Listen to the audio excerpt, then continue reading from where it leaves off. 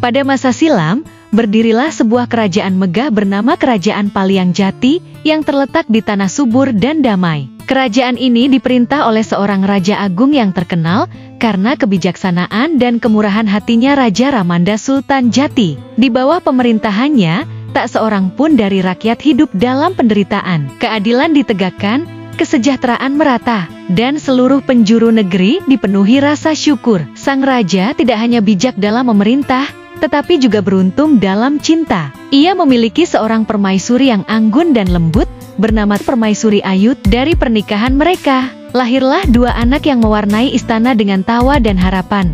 Seorang putra bernama Kamanda Sultan Jati, dan putri mereka yang cantik dan berhati lembut, Ayunda. Namun, harapan itu perlahan memudar. Kamanda, sang putra mahkota, tumbuh jauh berbeda dari ayahnya. Ketamakan meracuni hatinya, dan kekuasaan menjadi ambisinya. Ia dikenal bengis dan kejam, tak memiliki belas kasih, apalagi kebijaksanaan yang diwariskan dari ayahandanya. Ketika tiba waktunya, Raja Ramanda menyerahkan tahta kepada Kamanda. Perubahan pun terjadi, dan bukan ke arah yang baik. Istana tetap berdiri megah, tapi kehidupan di luar temboknya hancur berantakan.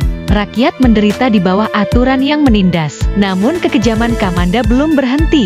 Ia bahkan mengajukan permintaan terlarang kepada ibunya sendiri, memaksa Permaisuri Ayu untuk menikah dengannya. Sebuah kehinaan yang membuat langit dan bumi seperti turut bersedih. Sang raja tak kuasa melihat kehancuran moral ini, wafat dalam duka mendalam. Tak lama, Permaisuri Ayu pun menyusulnya. Seolah kehilangan rasa manusiawinya, Kamanda kembali melakukan hal yang mengerikan. Ia memaksa adiknya sendiri, Ayunda, menjadi istrinya. Dari hubungan yang penuh dosa dan paksaan itu, lahirlah seorang putra yang diberi nama Dimitri. Namun, seakan takdir ingin memperbaiki jalannya sejarah, Dimitri tumbuh menjadi pribadi yang sangat berbeda dari ayahnya. Ia mewarisi jiwa bijak dan hati yang adil, persis seperti kakeknya. Ketika Kamanda membuat aturan kejam membunuh setiap bayi laki-laki yang lahir dan memperbudak para gadis, Dimitri berani bersuara dan menentangnya. Sayangnya, keberanian itu justru membuat Dimitri diusir dari istana. Ia pergi dengan hati penuh luka,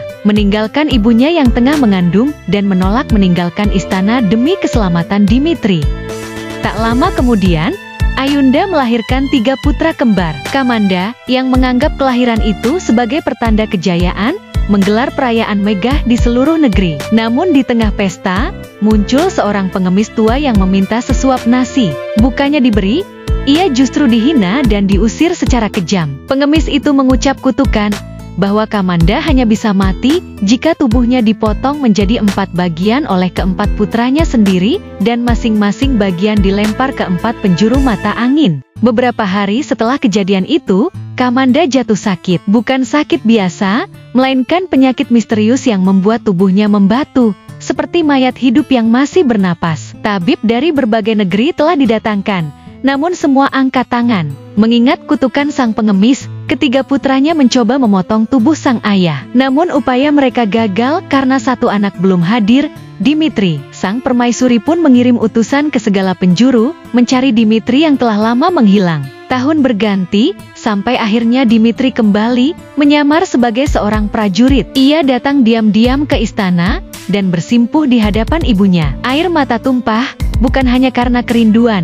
tapi juga karena harapan baru yang akhirnya tiba. Sang ibu menceritakan segalanya tentang kutukan, tentang penderitaan rakyat, dan nasib Kamanda. Dengan hati berat, Dimitri pun memutuskan menyudahi penderitaan ayahnya yang sudah tak lagi manusiawi. Ia mengambil sebilah pedang, dan memotong kelingking ayahnya. 3 saudaranya menyusul, memotong bagian tubuh lainnya, dan mereka melemparkannya ke 4 penjuru mata angin utara, selatan, timur, dan barat. Dari 4 penjuru itulah, konon, tumbuhlah tanah yang subur dan damai. Tanah yang kelak dikenal dengan nama Desa Kemingking, yang hingga hari ini diyakini sebagai tempat asal legenda itu di Muaro Jambi.